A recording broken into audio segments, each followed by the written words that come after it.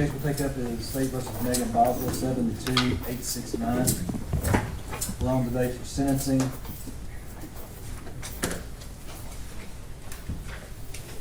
There was a pre-sentence report filed April the 4th, 2025. A jury convicted Ms. Boswell of first-degree murder in count 1, first-degree murder in perpetration of felony in counts 2 and 3. The jury sentenced her to life.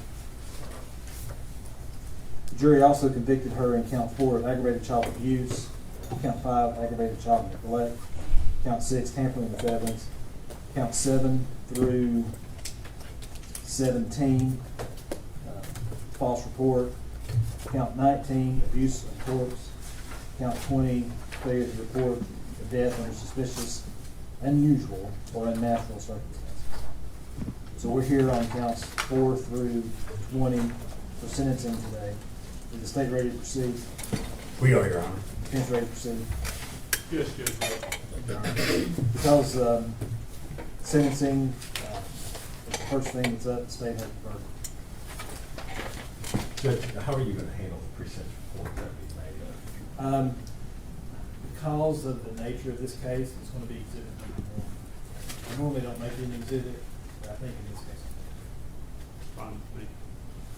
Thank you, So- Judge. somebody have a copy of it? It's not being marked up? And if you don't, I've got it in the file. I just got to find it. Which file it's in? Judge, we have a clean copy.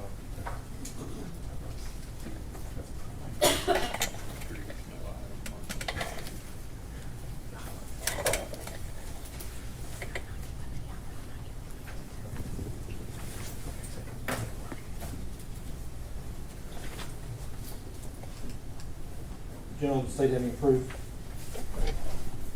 Yes, Your Honor, the state will call Sheriff Jeff Cassidy.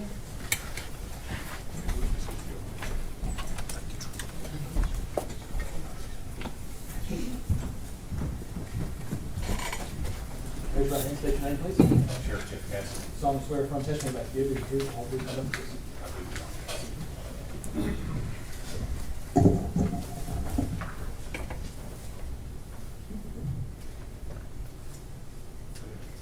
Tell the court your name and where you're employed, Jeff Cassidy, Sheriff of Sullivan County Sheriff's Office. and how long have you been with the sheriff's office? Been with them a total of 29 years. This is my 7th year as sheriff. Okay, and so that means you were sheriff in 2020 during the time of this investigation, is that Yes. right? Yes, ma'am. And I'm gonna take you back to February 2020. Was Sullivan County the first agency to be involved in the investigation of missing child Evelyn Boswell? Yes, ma'am. Can you tell me briefly how Sullivan County how the investigation started? Missing child at first, and then once we found out that the last time the baby was saw was in December, we knew he was already behind the curve there. We was probably 2 months away from utilizing the resources that we needed to rescue or recover baby Evelyn. Okay. How old were you told Evelyn was the time the investigation began? 15 months. Okay. What was your role in the investigation? Of course, as a lead agency, I always stay in contact and communication with all my detectives and everybody that was responded to this scene and responded to all the tips across pretty much the region. So, I was constantly in communication with TBI, FBI, and my detectives. Okay. If you had to give an approximate number, how many Sullivan County employees do you think were tasked with working this investigation? Aside from my executive staff, which is about 14, we had probably an additional 40 worked around the clock just on this case. Okay. When you say around the clock, was there 24/7 coverage Yes, ma'am. of this? And are we talking about from the day she was reported missing until the day that she was found? Yes, ma'am. It's approximately 18 days. Yeah, from about February 18th to March 6th, I looked through our records, and just overtime hours alone on this case was 740 hours. Okay. And that's employees working their regular shifts plus overtime? Plus essentially. overtime. Okay. So, let me ask this first. Did Sullivan County end up requesting the assistance from other agencies? Yeah, this was a unique case. Normally we work most cases on our own, but we had to pull resources from the Tennessee Bureau of Investigation, Federal Bureau of Investigation, Virginia State Police, SBI. What is the SBI? State Bureau of Investigation, and then we had Tennessee Wildlife Resource Agency, and then multiple local regional jurisdictions up in North Carolina and other states in Middle Tennessee. Okay. And is that essentially from following tips that were coming in?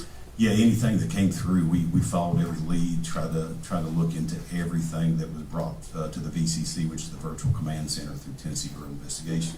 And is the virtual command center, that's where the tips would come in to decide how to then send them back out to be investigated? Yes, ma'am. Okay.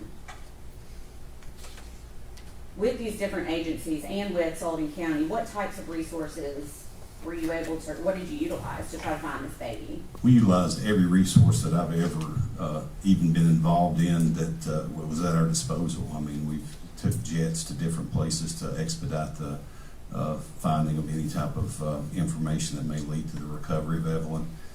We utilized everything the TBI and FBI provided us with, just anything that was at our disposal. And we probably used more resources for this than anything I can ever remember. We know that one of the stories, false reports that the defendant gave was that a person by the name of Ethan Perry had Evelyn. What did you have to do in regards to following that lead? What resources were used? Yeah, he was in the military in Louisiana, from what I remember, and we had to send some detectives up there as well. Okay. And we know another story that she gave was that she kept hinting at Mendota, Virginia, over and over. Is that a lead that you also use resources to follow? Yeah, United States Marshal, I left that out. United States Marshals helped us out on that one in Mendota. Okay. She also told you that Angela Boswell, her mother, had Evelyn at some point. Did you follow that lead? Yes, we worked extensively on that one. We thought that she may have had custody of Baby Boswell, so we that went into North Carolina, and I think the dive team went into the ponds over there as well. Okay. So in preparation for today's hearing, you were asked to review Sullivan County records regarding this investigation, is that right? Yes, ma'am. And the records that you reviewed, were they all maintained by the Sheriff's Office? Yes, ma'am, just the Sullivan County Sheriff's Office. And the purpose of those was to come up with the manpower that was used? Yes, ma'am. To get an approximate amount of manpower and overtime hours, is that right? Yes, ma'am. What if the defendant had told the truth on day one? Yeah. Objection calls for speculation. I can ask you a different way. Would you have found Evelyn if the defendant had told the truth on day one? Objection Yes. calls for speculation.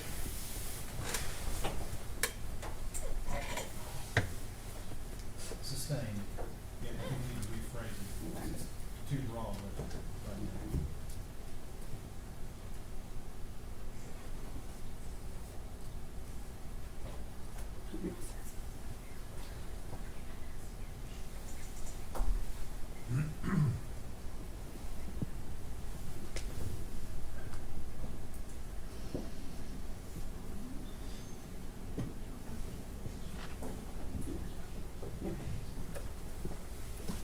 If you had known that Evelyn was dead on day one, would that have changed the way you conducted your investigation? Absolutely. Okay. Would all of these resources have been used? No, ma'am. Okay. Were you aware of community involvement during the time of this investigation, the 18 days of investigation? Yeah, extremely. They really provided us a lot of additional resources that not criminal justice related, just like they brought us food to the office so we could eat and still work, and they all pulled together during that time and just showed tremendous outpouring of support for our entire agency. And across the nation, really, this was a national recognized case. So the people around here in the community, they started Evelyn's Army, and they provided food for us daily. Based on your own personal observations, what did the impact on the community look like to you? Very emotional, just like my staff. I mean, everything you see, people wanted to find this baby, and that was their number one goal. And, you know, whatever it may take, whatever it may need, whatever resource may need to be utilized, everybody was willing and able to put in their time, effort, and energy to locate Baby Evelyn. And, you know, just like my staff, I mean, the emotional toll on them, the lack of sleep, but they never did get fatigued. I tried to send some home, and they said, no, I'm not going home. I'm going to work on this case until we find the baby. Okay, no other questions? Please Thank answer you. any questions Mr. Scott has for you. I don't have any questions. Thank you. State would call, take the math price.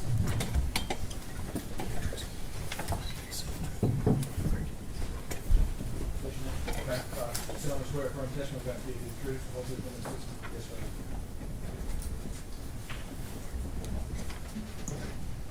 You're Matt Price, is that correct? Yes, sir. What is your position over the sheriff's department? I'm Lieutenant in Criminal Investigations. All right. And Lieutenant Price, you very familiar with the investigation involving the disappearance and death of Evelyn Boswell, is that correct? Yes, that's correct. What was your role in the investigation? This case was assigned to me as the lead investigator with the sheriff's office. So I was the lead investigator. All right. And you worked, the sheriff has testified to, you worked hand in hand with numerous agencies in the investigation, including the TBI, is that correct? Yes, that's correct.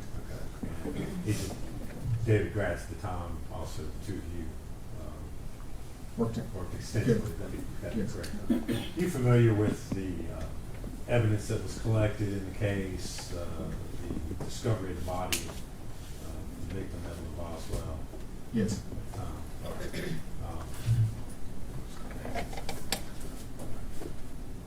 Lieutenant Price, I'm going to hand you some photographs. I'm just going to do this one at a time, so for the sake of getting these exhibits in, I'm going to hand you the first photograph, ask you if you can show us, identify what's shown in that photo. Yes, this is a photograph of looking inside the playhouse at the trash can where Evelyn was located. And is that a true and accurate depiction Yes. of that scene? Yes. Judge, we would move to make that exhibit number 1 to this hearing, 2, I'm sorry.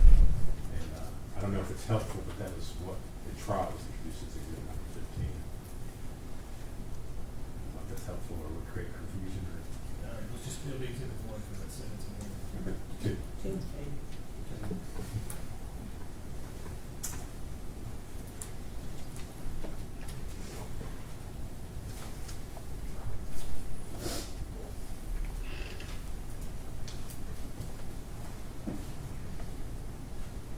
Do you recognize what's shown in the photographs just handed to you?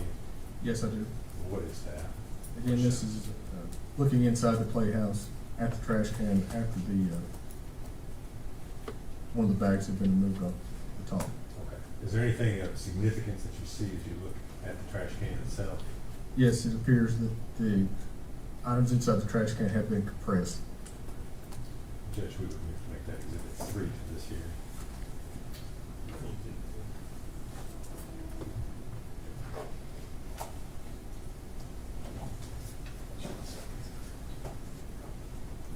Okay.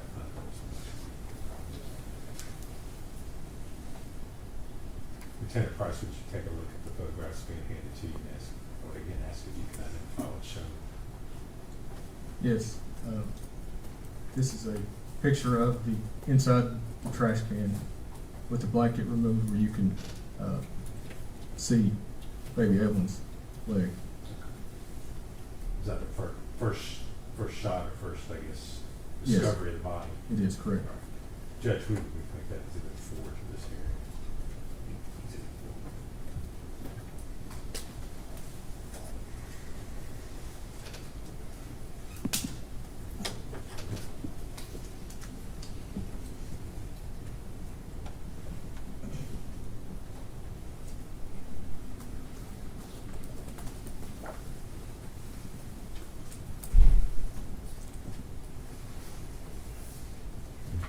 Do you recognize what's shown in that photograph? Yes. What is it? This is the trash bag that was inside the trash can where Baby Evelyn was located, and also the child is with the aluminum foil and the blanket is laying beside the trash bag. So the body's been removed from the trash. Correct, bag. the body's been removed from the trash bag, it's in the trash bag with trash in it. Baby Evelyn is laying there wrapped in blankets and aluminum foil wrapped around her. Judge, we would move to make that exhibit 5 this hearing.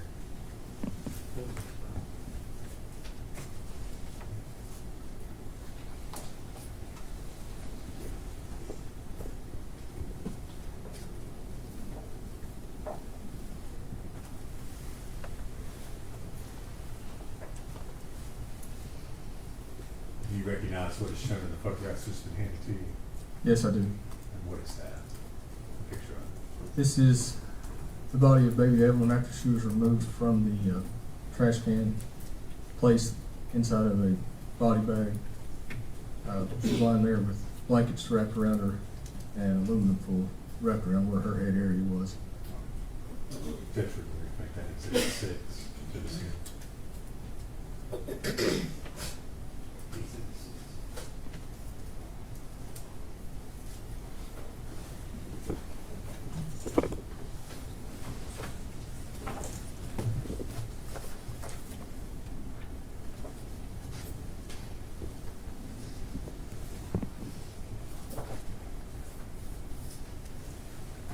Do you recognize the photo that's just been handed to you? Yes, I do. What is shown in that photo? And this is Baby Evelyn laying in, still wrapped in blankets, laying on a body bag, with her arm exposed, showing the onesie that she was wearing. All right. Is that photo, that one of the photos that was taken at the time the body was recovered? It is correct. Judge, we move to make that exhibit 7 to this hearing.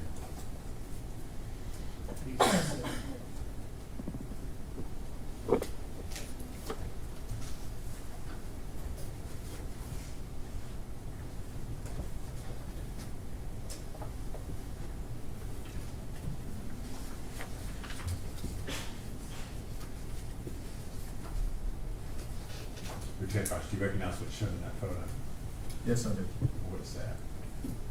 This is Baby Evelyn after the blankets and aluminum foil had been removed from her body. It shows the position of her head and how she was laying when the blanket was removed.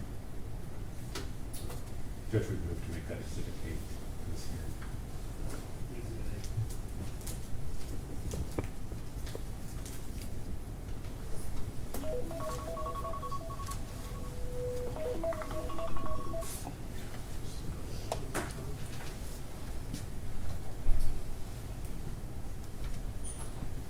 Finally, Lieutenant Price, we need one more photo and asking you to identify that photograph, please. Yes, I can. This is a picture of Evelyn, one of the last known pictures we know that when she was alive. Judge, we move to make that exhibit number 9 to this hearing.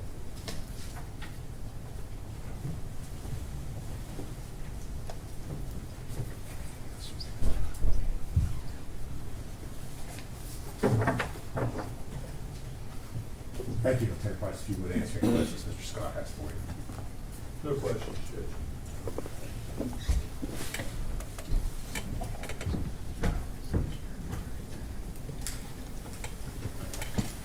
That's all the evidence to say.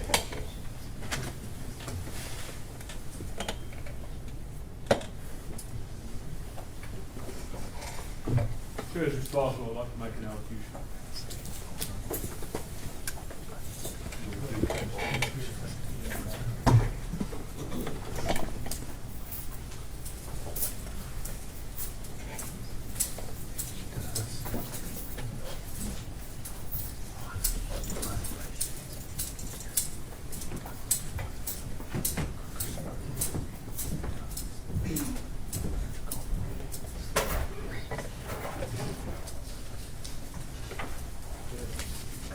I would just like to say that the state of Tennessee treated me very unfair during this whole investigation. And had I had a fair trial and an impartial jury, I would have been acquitted of the murder charges.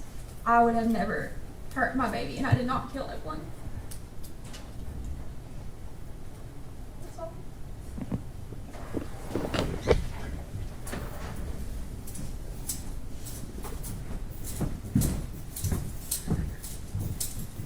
Any other No, sir. arguments, John? I'm sorry. Argument?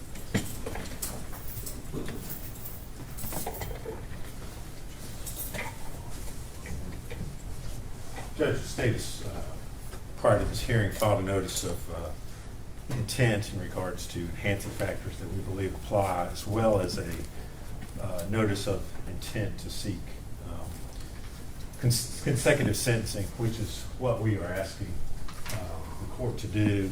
And we believe, based upon the seriousness of the offense, as well as the fact that Ms. Boswell is a dangerous offender whose behavior indicates little or no regard for human life, that she had no hesitation about committing a crime in which the risk of human life was high, that this court should run those sentences consecutive to each other. And I want to touch briefly on the enhancement factors, and primarily on the one that I think just screams out in this case, which is the violation of trust. Truly, I think the facts that were involved in this case, and the court, of course, consider everything that was presented and that came in at trial, as well as the photographs that have been introduced to the sentencing hearing, which again, those were all part of the trial evidence as well. But the trust that Miss Boswell betrayed upon her daughter was just so callous. She chose herself repeatedly, time and time again, over her child.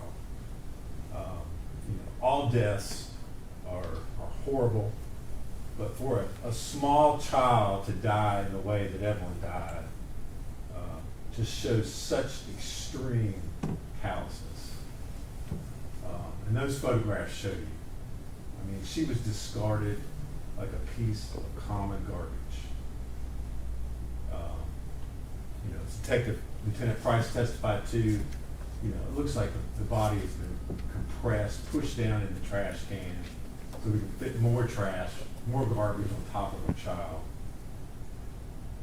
But probably the most hurtful and severe part of this whole, and painful part of this, is the fact that all that occurred at the hands of the one person that she should have been able to rely upon and trust to protect her own mother. But Megan didn't do that. Megan repeatedly chose Megan. Megan chose her new life.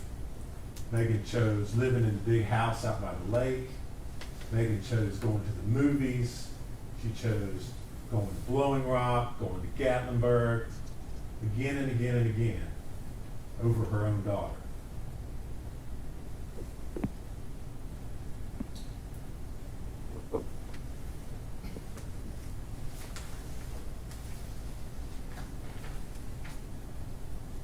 In order for the court to find that the defendant was a dangerous offender and apply consecutive sentencing, there are two things that the case law has said the court has to find. One is that it relates to the severity of the crime.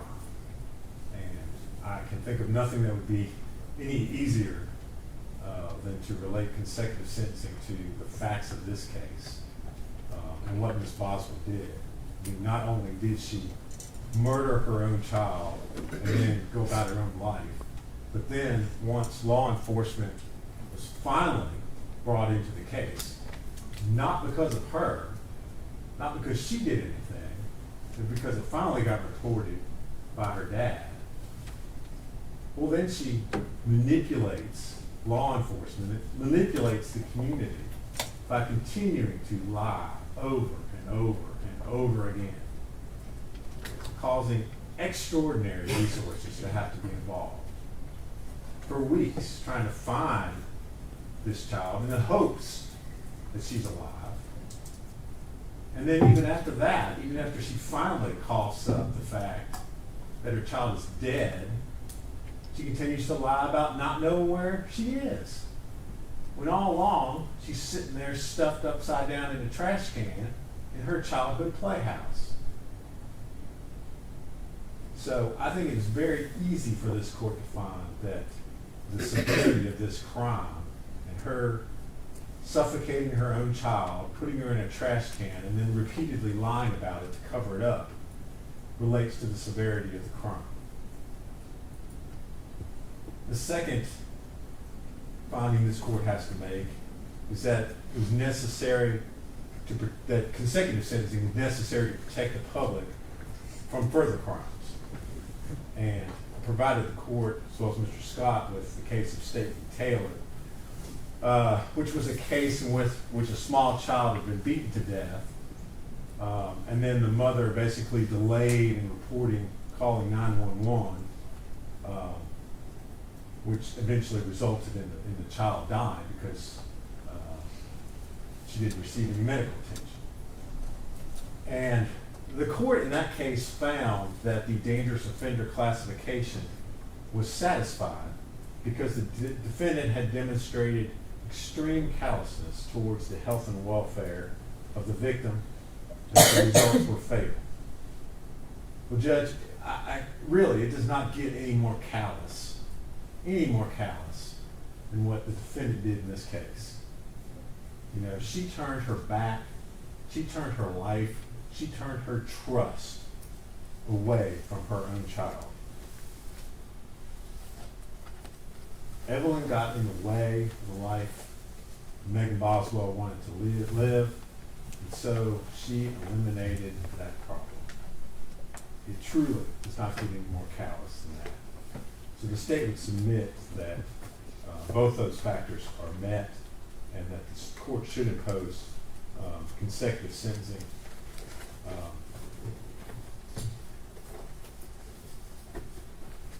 I've already touched on the element as far as trust being involved as an enhancing factor.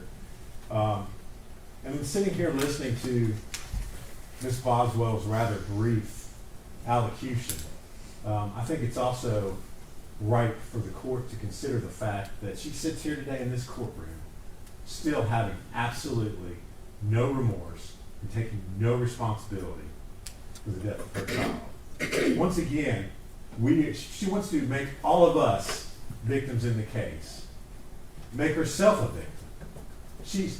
Sheriff's office, I guess, should be issuing an apology to her for the way she's just been unfairly treated during this whole process. Judge, Miss Boswell was not treated unfairly. Her child was treated unfairly. Her 15-month-old child never had a chance because of the one person who should have protected her. So for that reason, the state is asking you to maximize her sentence in the remaining counts that she has to be sentenced on, and we would ask that they be run consecutive, Judge. Thank you.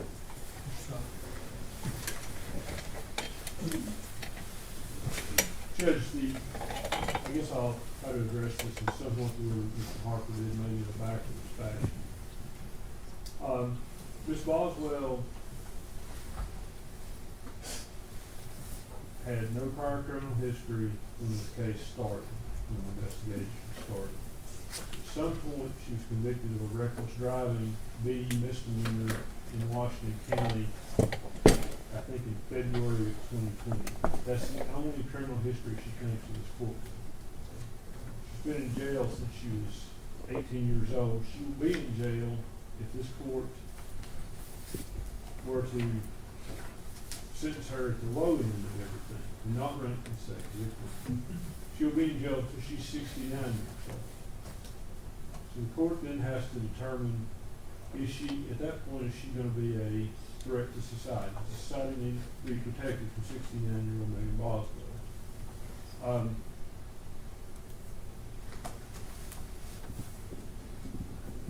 court should, I guess first the court has to consider the length of the sentence. She's arranged one offender as to each count. Court should impose I think the sentence is, short of the sentence is as necessary, so the court is supposed to do, to achieve the purposes of sentencing. Here, she's serving a life sentence.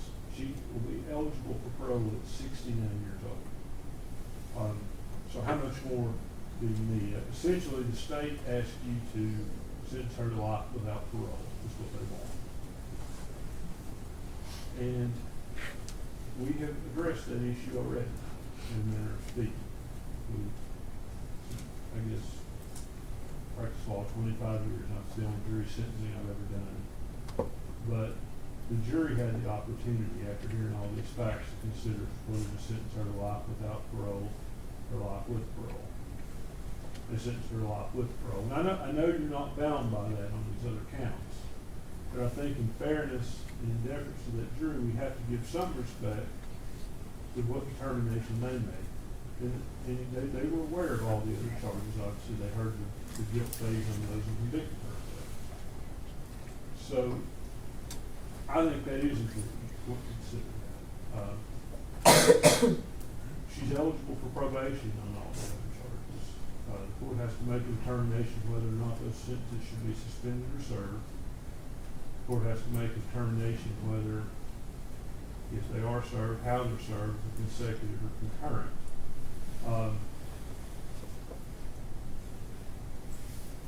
As it relates to the dangerous offender who society has to be protected from, I think the case law is quite clear. Not every person convicted of first-degree murder and another felony is going to fall into that category.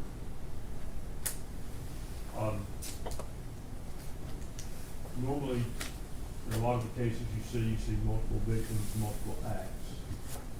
Here, all of those things kind of go together. And I guess the other thing we have to talk about is what counts merged together in this sentence. I would suggest, of course, that the murder counts merged together for one count. That the child abuse and child neglect counts should merge. And that all of the following false reports should merge, because I sent a case to you yesterday.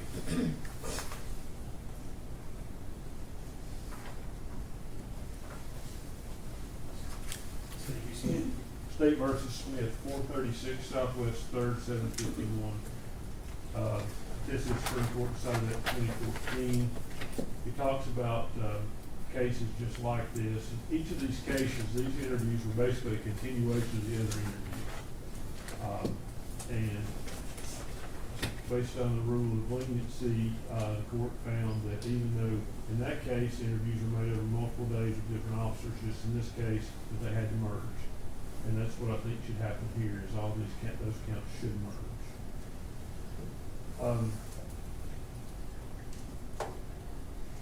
And I guess finally, I want to address what Mr. Harper said about Ms. Boswell's comments. I think a lot of defendants would probably feel that way.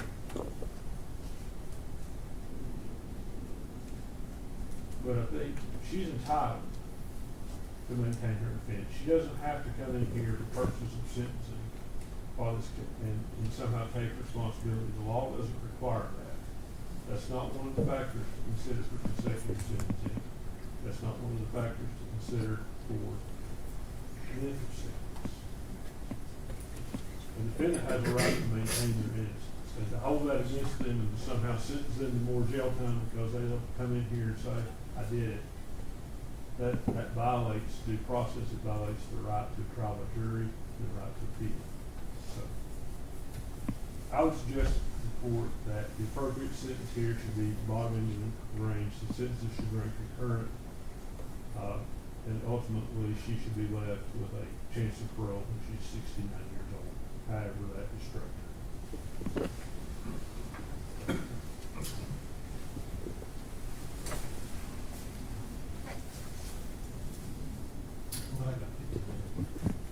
Court will be in recess for 15 minutes.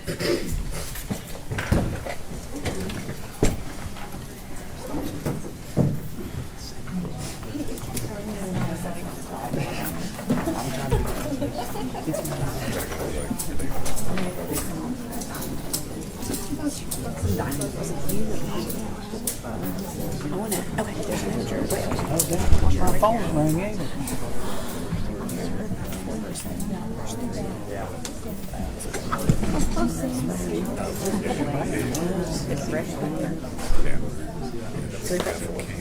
Yeah. That really young girl.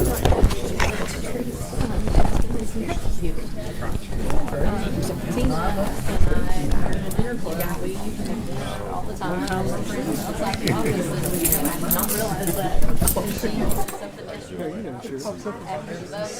I forgot about that. Tell the sheriff I was Did y'all hear my argument? Plus, since then, you could cover it up with a baseball. It was like 10 o'clock. Hopefully that's the last one. And we were dumping phones. I was dumping phones. Coming in there. Running up and down the wall. We were trying to lock somebody in. For some reason, we had an axe in there. Oh my goodness. And so I took it, and it was right at the baseboard. I took it, we had it boxed in, and we screwed it. And when I did, the mouse ran, the axe went through the wall. I got a video. Oh, I'd love to see it. You have to send it to me. It's hilarious. Okay, Remember that? You sir? Apparently he's got a video. The funniest part is when we all start. Hey, these guys don't keep anything. I know, right? I Nothing think that's probably the way to do it. It really is. It's fixed. Keeping that one day when I need it. It was it was like a wood strip. Yeah. Really an axe. It's got the wedge at the back of it. Yeah, well, whatever. Go Evelyn. I think that's what you call it. It's like 2 o'clock in the morning, wasn't it? Yeah, that was something else. I forgot about that. I got a horrible memory. Oh, I remember that. I can remember names. I saw that. We dealt with. I can remember right off the top of my head. And he'd be like, "Remember what we did last week?" I'm like, "No, I don't have a clue what you're talking about."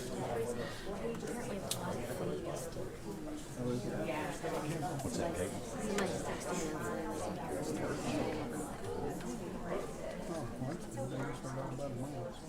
That's a good story. Right in front of the camera.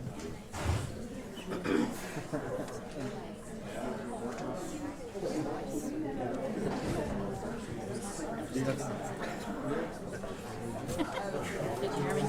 Boys. Good to see you all. Y'all doing good? Good. Yeah, good. Boys. That's a good question. I'm hoping November, but have you seen that big hole right next to where we used to take them in the Sally Port? It's just crazy. It's a huge hole. They're having the fire line, the water line, and then the sewage.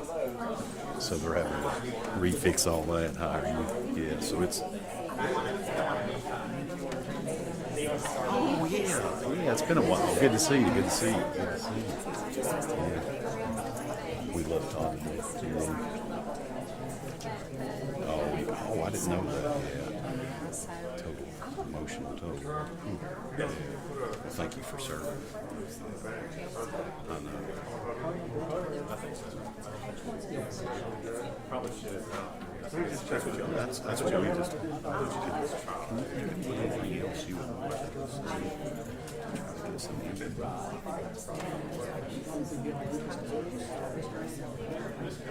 Right. Yeah. Exactly. Right. Just sit.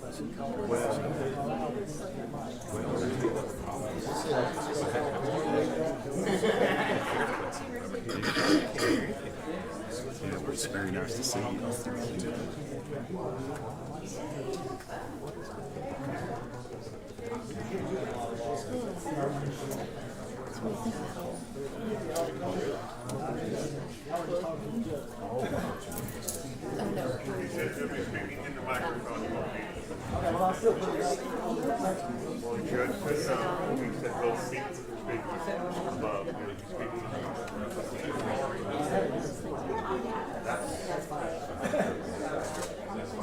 This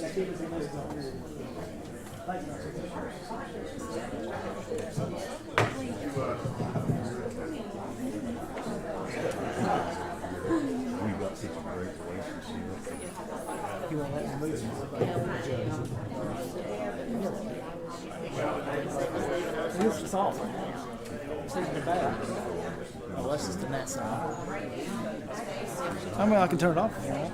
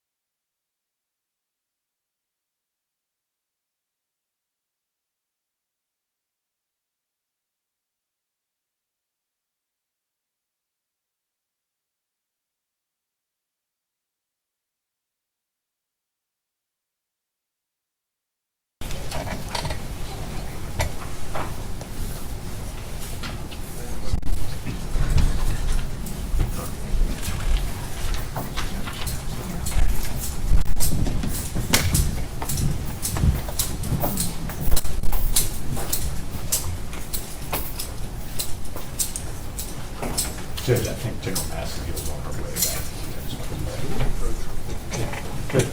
We approach. Yeah.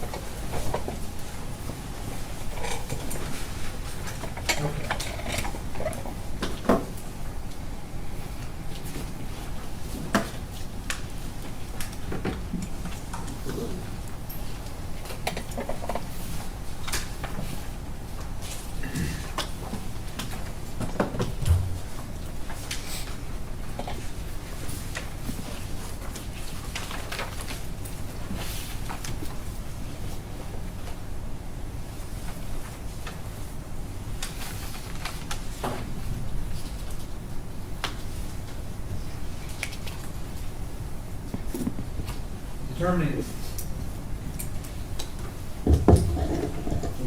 the appropriate sentence for these offenses. The court has considered the evidence presented at the trial at this sentencing hearing, pre-sentence report filed April 4th, 2025, more than 10 days ago.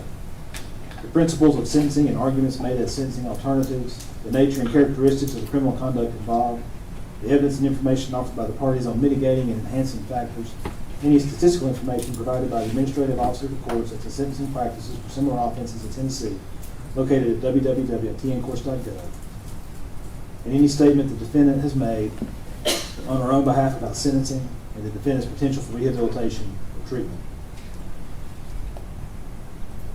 I'm not sure if it was agreed, but the defendant's a range 1 standard offender under Tennessee felony classification laws. And what that means, the aggravated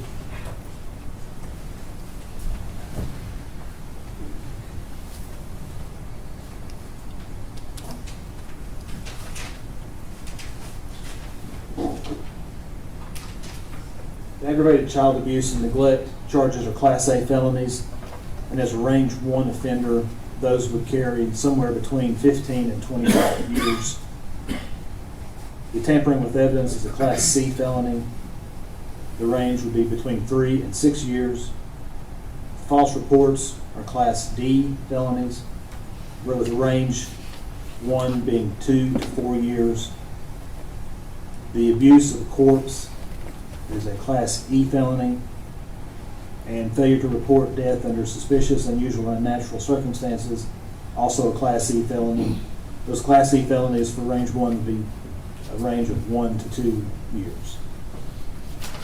In determining where the appropriate sentence should be within that range, while not mandatory any longer, the enhancement factors and the mitigating factors are advisory for the court.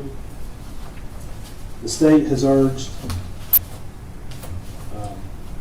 in its filing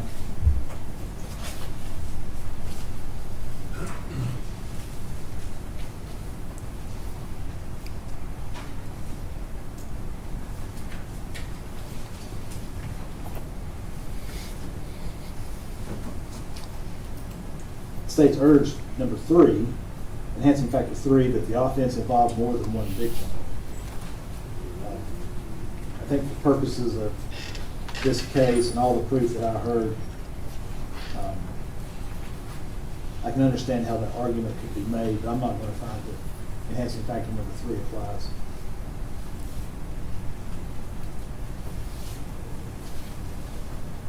Enhancing factor number 4 is urged by the state. A victim of the offense was particularly vulnerable because of age, or physical or mental disability.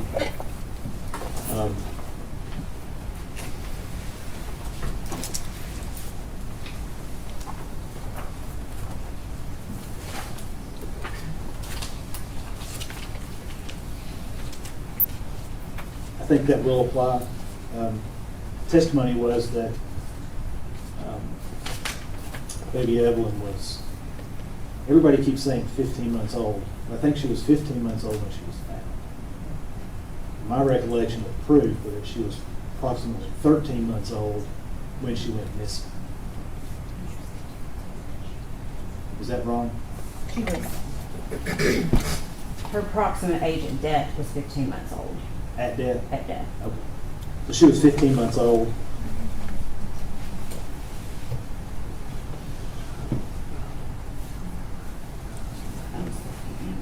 It was 13 years, 13 months old at death.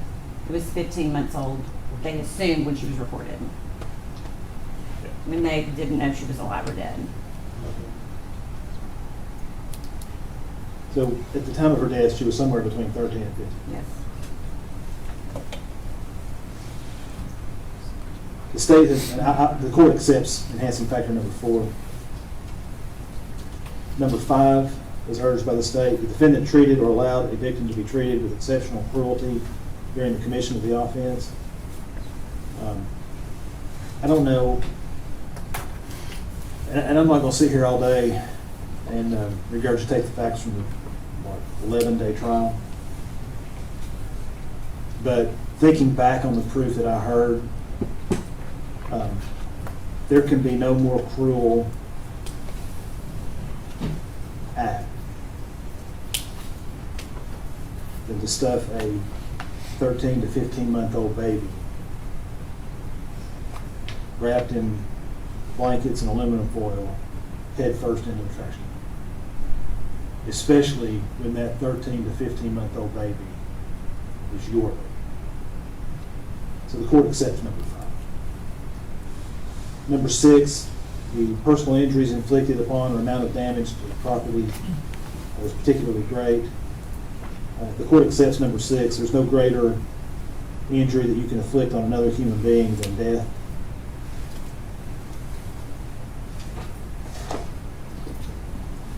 Enhancing factor 10 was in the filing. The defendant had no hesitation about committing a crime when the risk to human life was high. The court accepts number 10.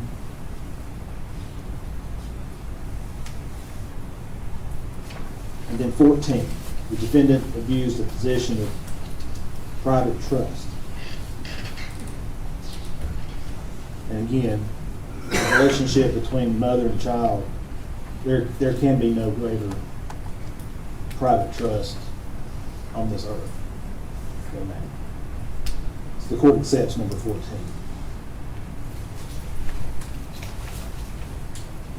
Those are all the enhancing factors that were urged, all the ones that the court, after having looked through them, believes applies. Next, I have to consider mitigating factors in determining the appropriate length of sentence. And again, I'm not going to read, there's 12 statutory mitigators under 40, 35, 113.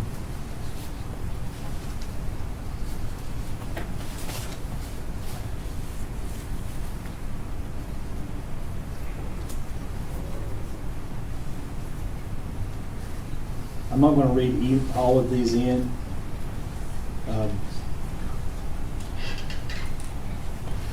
The defense didn't put any arguments forward as to any mitigating factors that should apply. The court, though, is required on its own, after having read the pre-sentence report, heard the proof, to apply any factors I think are applicable. So there's at least one that could be applicable, and I'm going to talk about it for a moment. That the defendant, because of youth or old age, lacks substantial judgment in committing the offense. The proof is that she was 18 when the killing occurred. But I also have to look at, so there's no question that she was a young adult. But I also have to look at all the other proof and circumstances surrounding the case. And it became very clear to the court upon hearing the evidence that the defendant, in her mind, saw a chance to lead a different life than what she thought she was going to be leading. And quite frankly, circumstantially, from all the proof, Baby Evelyn was a stumbling block to leading that life. So she made the decision to remove that stumbling block. And because that's the tenor of the proof that this court heard, I reject mitigating factor number 6. She exercised judgment. It wasn't good judgment, but she exercised judgment in doing the things that she did.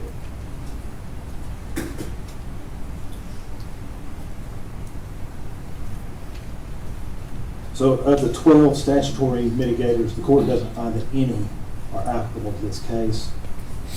The 13th is any other factor consistent with the purposes of the chapter. And courts regularly, if a person comes to the court without a substantial criminal history, courts regularly include that as factor number 13. If a person comes before the court and they've had a long, productive work history, then that factors into 13. If they've had military service, those are the kinds of things that factor into 13. In this case, Ms. Boswell, she did not have a long work history. In fact, the pre-sentence report said, she stated that she'd only ever had one job in her life, and that was at the chicken shack where she was working right around the time of this killing. I am going to give her credit for not having, even though she was only 18, I'm going to give her credit for not having a substantial criminal history, either as an adult or a juvenile.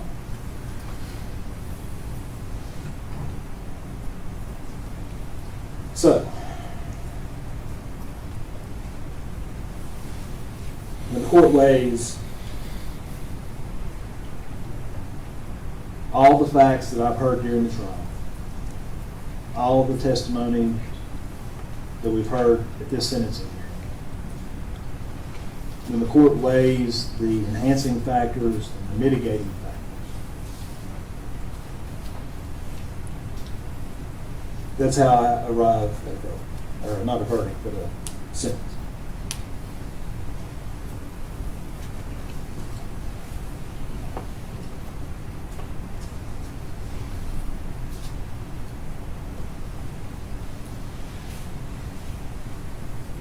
I do want to talk, and I'm going to talk about each of these counts individually with regard to the enhancing factors. Because if an enhancing factor is part and parcel of a charge, then it can't be used as an enhancing factor.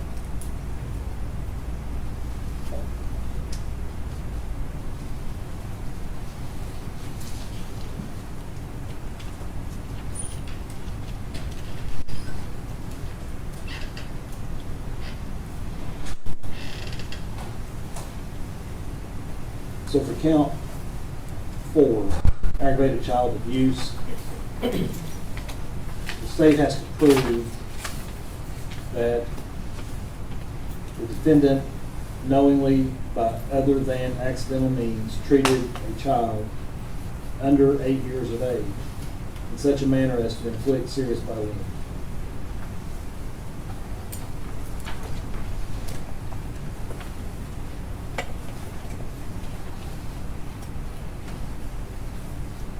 The court is of the opinion that number 4 still applies because of the tender age of the child at the time. It's one thing to be a child under 8 when you're 6 years old or 7 years old. It's quite another thing to be vulnerable because your age is still literally being counted in rights. So the court finds number 4 applies.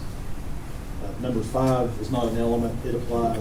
Number 6 applies due to the death is not an element of aggravated child abuse or aggravated child neglect. 10 and 14 apply. So the court finds that they all apply to counts 4 and 5. So the court's of the opinion in that Class A felony that the enhancing factors and the aggravated nature of this case in general take that sentence from 15 to 25 years. And when the court weighs, and quite frankly, each of these enhancing factors, with the exception, number 4 has low weight because of its similarity to those 2 counts, to the charge. 5, 6, 10, and 14 have great weight. The court affords very little weight to the fact that Ms. Boswell, at 18 years of age, had no serious criminal history.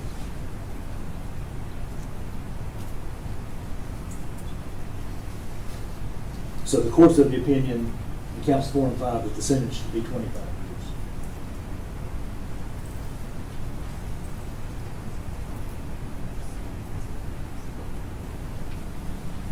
The court's also of the opinion that count 5 merges into count 4.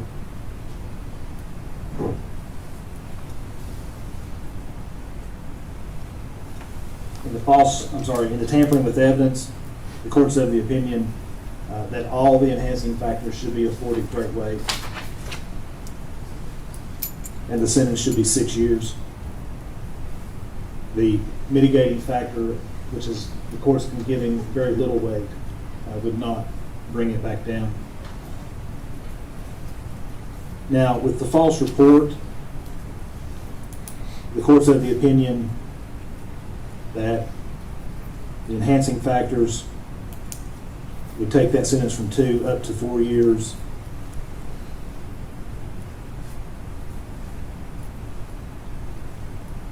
And again, there being only the one consideration of the mitigator, it'll be 4 years. Under the case of State versus Smith, Tennessee Supreme Court, 436 Southwest 3rd, 751, handed down in 2014. Justice Holder, I believe, delivered the opinion of the court. And the opinion of the court was that due to the principle of lenity, not leniency, that a false report, because the legislature was ambiguous as to how they think that a false report should be punished, that the unit of prosecution isn't determined by the number of individual and distinct occurrences of false statement, but that the unit of prosecution is whether a false statement was given pursuant to a particular incident or offense. At least that's the way I read it. So it wasn't that it's a continuation of the interview. It's that the incident that is in the officer's concern is the disappearance of the child. And the Supreme Court says in that case that even if you tell 16 false statements about the disappearance of that child on different days and to different people and different variations of the story, it's still one incident. It's the disappearance of the child. So counts 7 through 17 all merge into one count. So they all merge, counts 8 through 17 merge into count 7.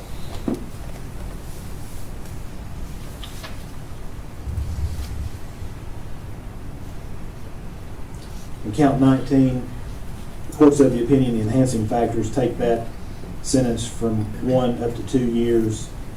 So that'll be a 2-year sentence. In count 20, and again, I'm weighing the lack of mitigators. In count 20, that sentence will be 2 years as well, for the same reason. Now, since I've already talked about merger, the courts of the opinion that counts 1, 2, and 3 would all merge into a single life sentence. So counts 2 and 3 merge into count 1.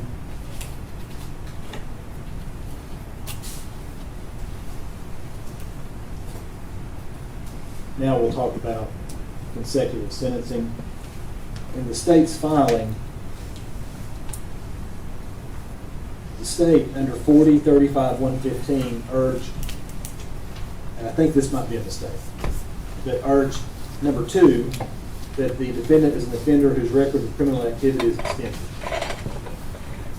And of course, really, I just so clarify, it wasn't a mistake, but at the time it was filed, when we would have all the false report counts, live false criminal history, obviously since the court started, multiplicitous, that doesn't exist anymore, so we're not relying on that one. The court objection number 2. But the court also relies on enhancer number 4 from the same statute, 40-35-115, that the defendant is a dangerous offender whose behavior indicates little to no regard for human life and no hesitation about committing a crime in which the risk to human life is high. Now that's what the factor says in the statute.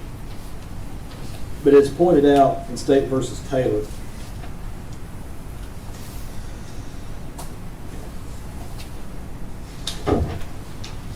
(2017) Westlaw 2179952, also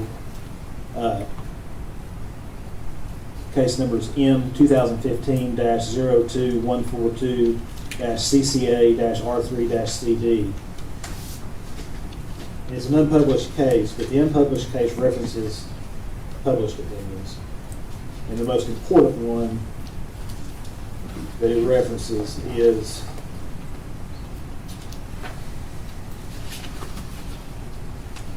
State versus Moore, that quotes from the main case is the Wilkerson case, 905 Southwest 2nd,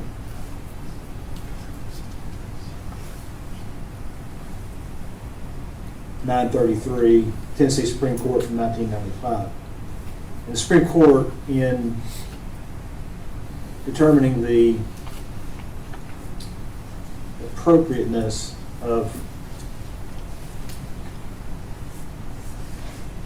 40-35-115 enhancing factor number 4, states that in addition to what's stated in the statute, that a court must also find that a consecutive sentencing is necessary in order to protect the public from further misconduct by the defendant, and that the terms are reasonably related to the severity of the offense.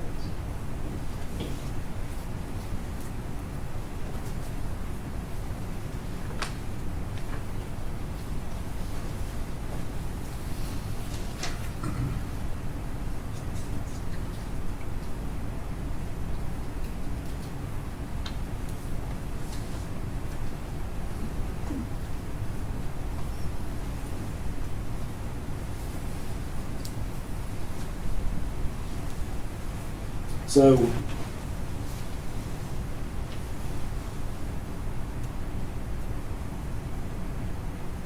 from the facts of this case, and again, I'm not going to just keep repeating it. Everybody who sat through that trial knows the facts that came in.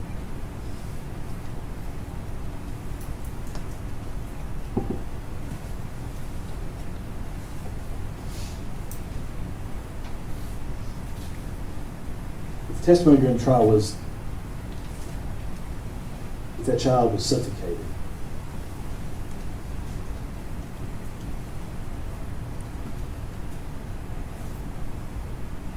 When you look at the pictures of how tightly this baby was wrapped in blankets and aluminum foil, and the mechanism of being stuffed into that trash can head first.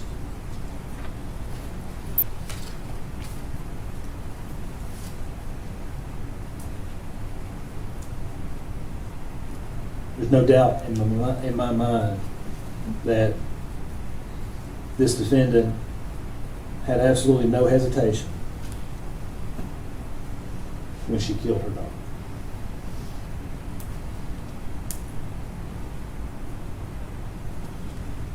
And in hearing the proof during trial of how she continued to live her life, and from hearing the proof circumstantially as to why she might have done this deed,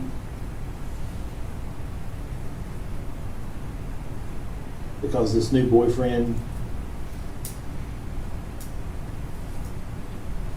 is the life that she wanted to grasp onto. It's like the state said, the house on the lake, a lifestyle that she wanted for herself. The fact that Evelyn was just in the way.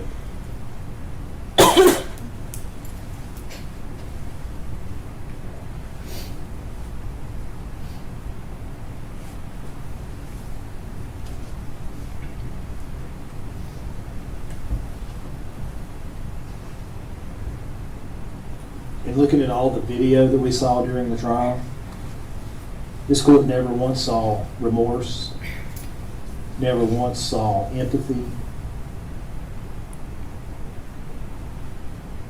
out of the defendant.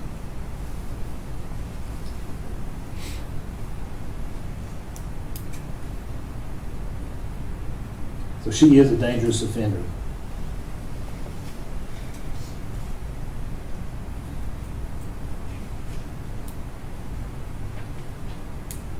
The circumstances surrounding the commission of this offense are absolutely aggravated.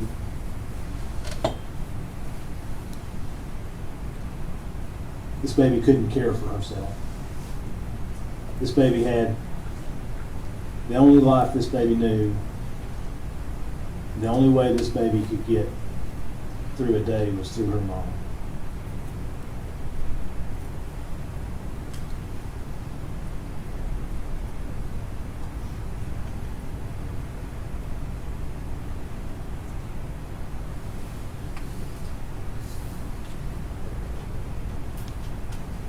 And I understand that the way the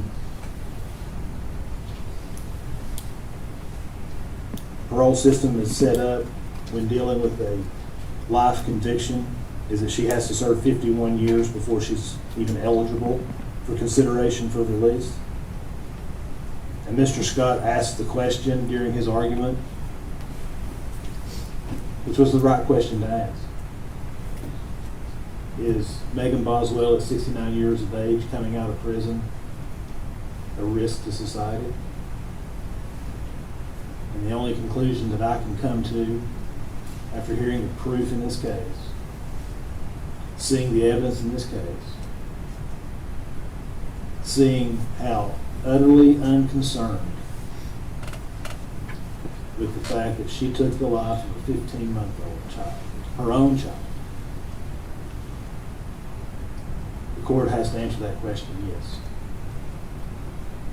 That society does need to be protected from the evil that lurks in her heart. And then, would the aggregate length of the sentence reasonably relate to the offense which she stands convicted? For the same reasons I just said, yes is the answer. So the court finds that all those sub-factors, if you will, are met. And I want to read a passage. And I think the state may have, but I highlighted this yesterday when I read the case. In State versus Durantes, 331 Southwest 3rd, 370, at page 376, the Tennessee Supreme Court in 2001 found that the dangerous offender classification was satisfied where a defendant demonstrated extreme callousness toward the health and welfare of the child victim, and that the results of that callousness were fatal. It's almost as though that passage was written to describe this case.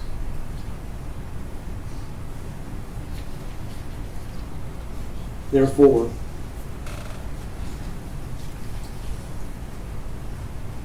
the 25-year sentence for the merging counts of aggravated child abuse and neglect will be consecutive to the life sentence.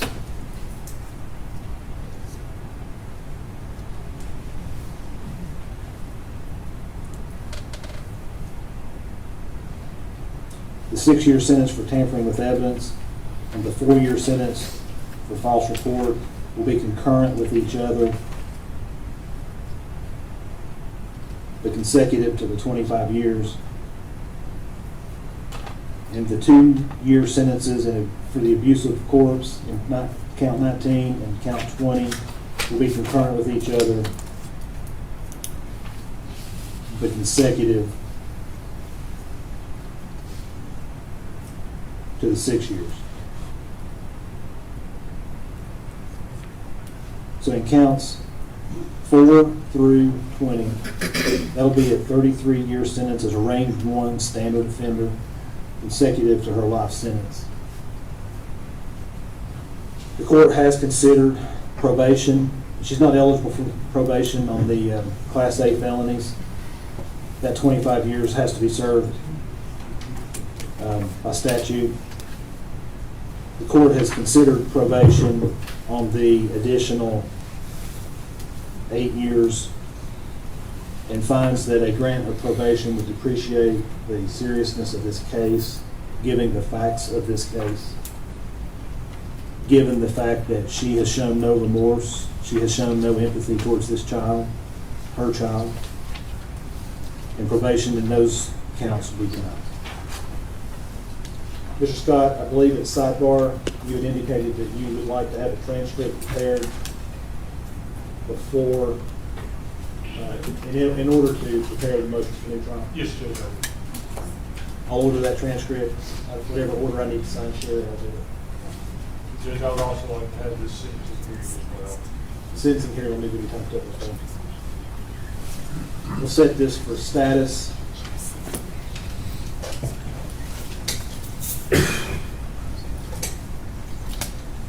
We'll send Ms. Boswell back to TDOC. And let's set this for a status on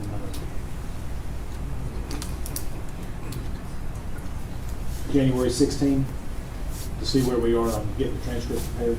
That's fine, but I'll wait Ms. Boswell's appearance at that. Well, what I prefer her to do is appear by Zoom. That's If- fine. If she can, but if not, yes, we'll, you can, whatever. Okay. All right.